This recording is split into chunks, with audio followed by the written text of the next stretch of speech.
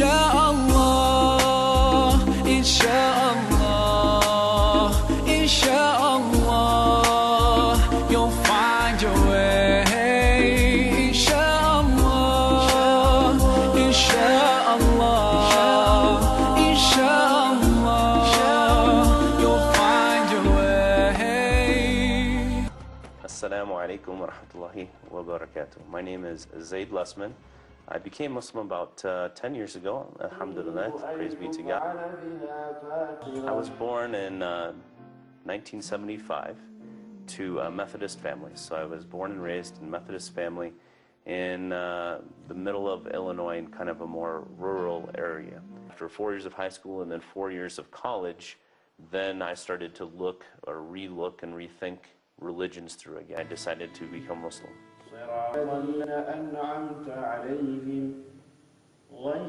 So when I first became Muslim, that was like, it has to be one of the happiest days of my life. Okay? In that moment, it was a great source of happiness. And here in the States, when you become Muslim, what seems to be the trend is that that person that wants to become Muslim will go to the masjid on Friday for Friday prayers, and will stand up in front of the entire congregation and will declare their shahada. So you have plenty of witnesses and whatnot for everything. And so, though it's not necessarily required, that seems to be what we do here in the U.S. And so that moment was just amazing. I was trembling. I can remember barely being able to say it. You know, it's a very emotional experience. Immediately after, you know, every single person in the masjid, there was like nobody that left that masjid, you know, probably 500 people. Everybody came up and hugged me, shook my hand, cried. It was just a really great time.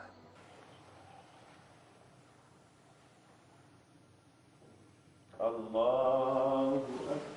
Now I'm 100% of the time Muslim, and yes, you know, we're getting stares all the time, and I go out by myself, I don't get stared at nearly as much as I do with her.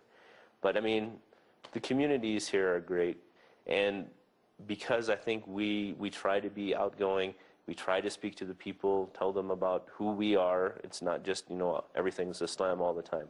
No, this is my daughter, this is my son, this is my wife, and we're a family.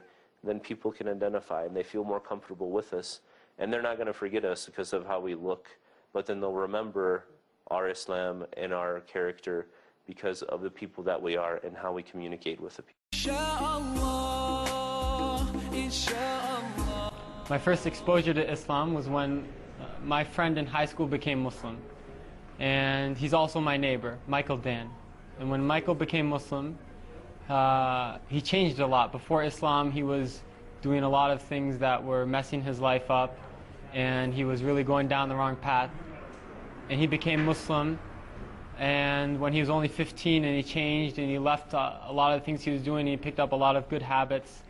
And I asked him, what forced you to change? What made you change and become like this? And he explained that he's Muslim now. And at that time, this was before September 11th, people in America really didn't know a lot about Islam. And even today, they don't know a lot. And I asked him, what is Islam? Who are Muslims? And he explained to me about Muslims. And I was surprised that Islam is very close to Christianity and Judaism. And it made a lot of sense to me that there's one God and there's prophets and messengers, but none of the prophets have divinity. Rather, they're just sent by God, and they're humans like us. And I learned more and more about Islam, and I was surprised that the more I asked questions, the more answers I found, and the answers always made sense to me. And I read about the miracles of the Quran, scientific miracles of the Quran, and there are many. Turn to Allah, He's never far away. Put your trust in Him, raise your hands and pray. Ooh, ya Allah, guide my steps, don't let me go astray. You're the only one. I'd like to add that Islam is the most beautiful thing in my life and the source of all goodness. It's a message that every soul finds tranquility with, and a sense of purpose, fulfillment, and true happiness. And I encourage everyone to take a step towards God, and they'll find that God takes 2 steps towards them. Because this is a light from Allah. And any way you look at the light, it comes out to be true. And so if you ask questions and you prefer to look at it from science or from your soul or from people. Go whichever way you want, and I'm sure that you will find that this is the message you've always been looking for. It's always something to turn to, your faith, always. It's always there. When you've had a hard day at work, sometimes I don't want to talk to anyone. I can go home, I can read the Quran, and it's just a way of settling yourself. Yeah, I believe it's quite a challenge as well, you know.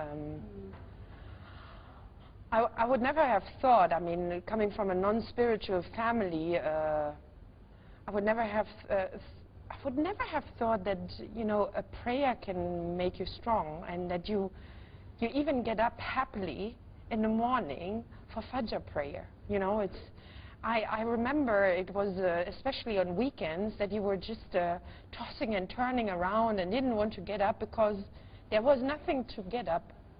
But now it's just happily, you know, when as soon the adhan is going on, and you think, oh, Fajr prayer is coming, let's get up, and then you know it keeps you so strong. Turn to Allah, He's never far away. Put your trust in Him, raise your hands and pray.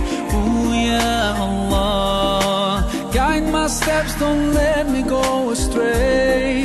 You're the only one who can show me the way. Show me the way, show me the way, show me the way.